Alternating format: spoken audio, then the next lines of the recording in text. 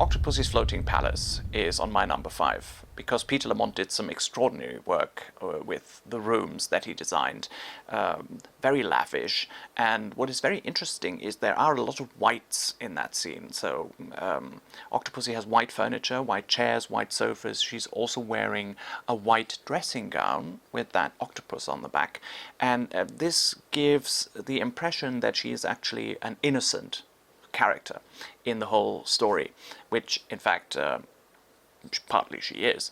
And then you have this lavishly designed bedroom. One of my highlights of the Bond film set designs, it's a very tiny scene that plays out there, but you have this sculpted bronze octopus bed with a crown on top, and these gilded details on the arches and on the walls. And I think Peter Lamont paid really a lot of detail to these rooms and how they were designed, and it's just a joy to watch the actors play in that. And yeah, Octopussy, the Floating Palace, I really love it a lot.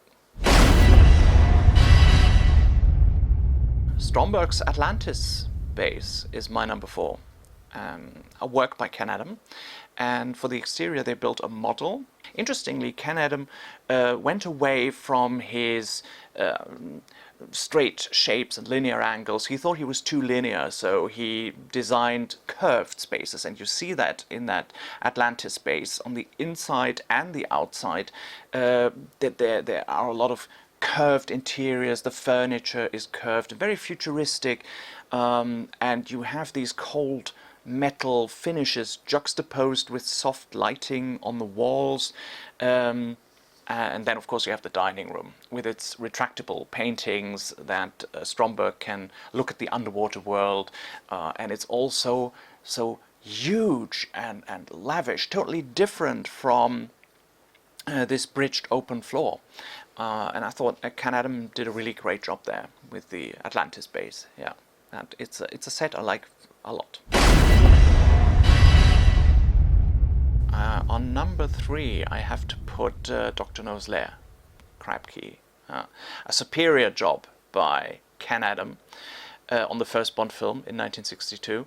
And Ken Adam was born in Berlin, and some of the art forms of Germany are represented in his sets. So Dr. No's Lair in Crab Key is a great mixture of German expressionism and modernist architecture, modernist design, and he paired it with Asian influences because Dr. No himself is half Chinese, I think, if I remember correctly. And it's really a flamboyant lair that you would expect from such a megalomaniac as Dr. No. And interestingly, Ken Adam created these really large spaces. So it's a gigantic lair, and you never know where it is built. It feels like it's built right into the seabed because there is a lot of rock and wood and metal, but the only structure overground that we know of is where they filmed this former bauxite mine, but it's sort of a long shape, and you can't really fit all the rooms that Adam created into this long shape. So you have the feeling that it's somehow underground or underwater. And he did that brilliantly. And then, of course, there is this play with shapes and sharp angles, and shapes like the circular design of the tarantula antechamber, where Professor Dent receives the tarantula to kill Bond with.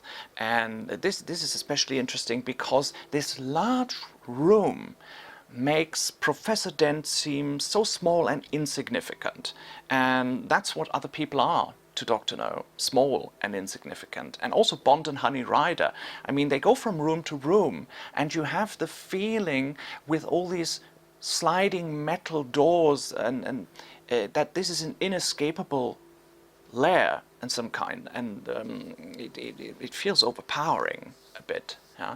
And I think this is one of the best sets of the Bond films.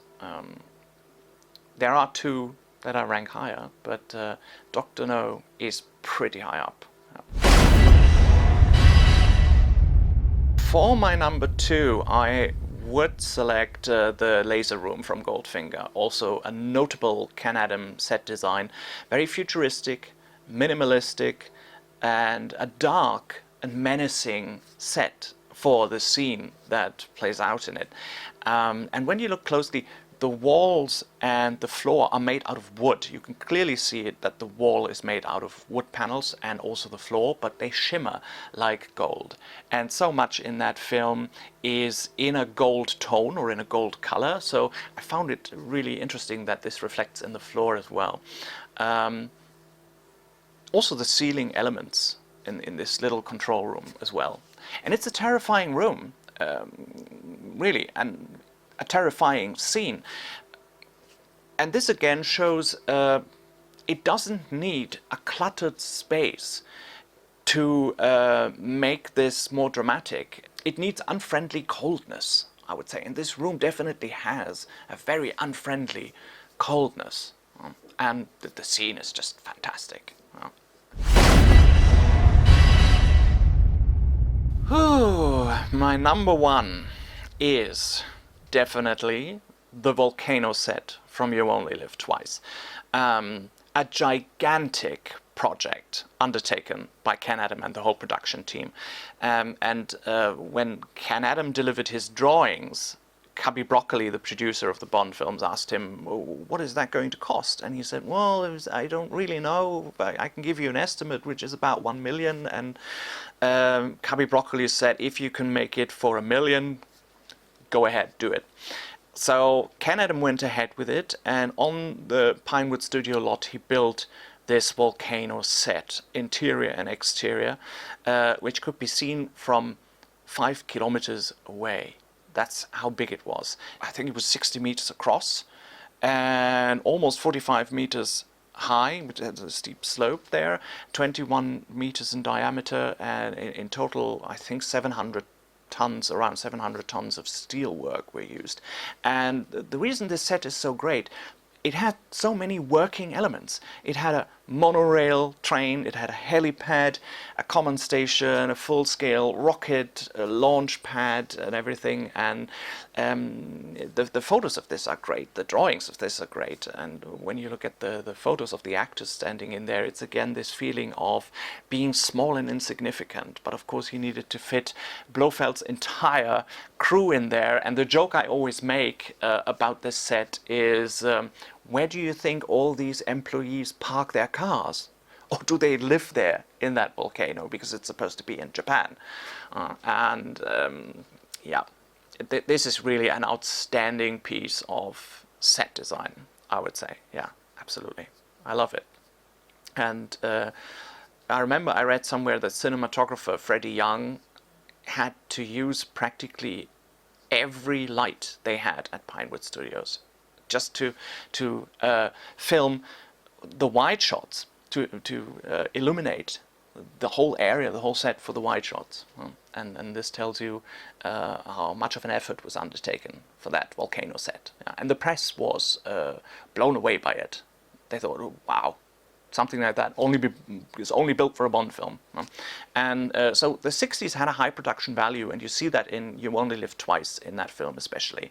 The Volcano set is my number one. Absolutely. Great set. I would have loved to just walk through that set and look at all the incredible details, see how film magic is being made. Yeah, but of course you can't keep these things.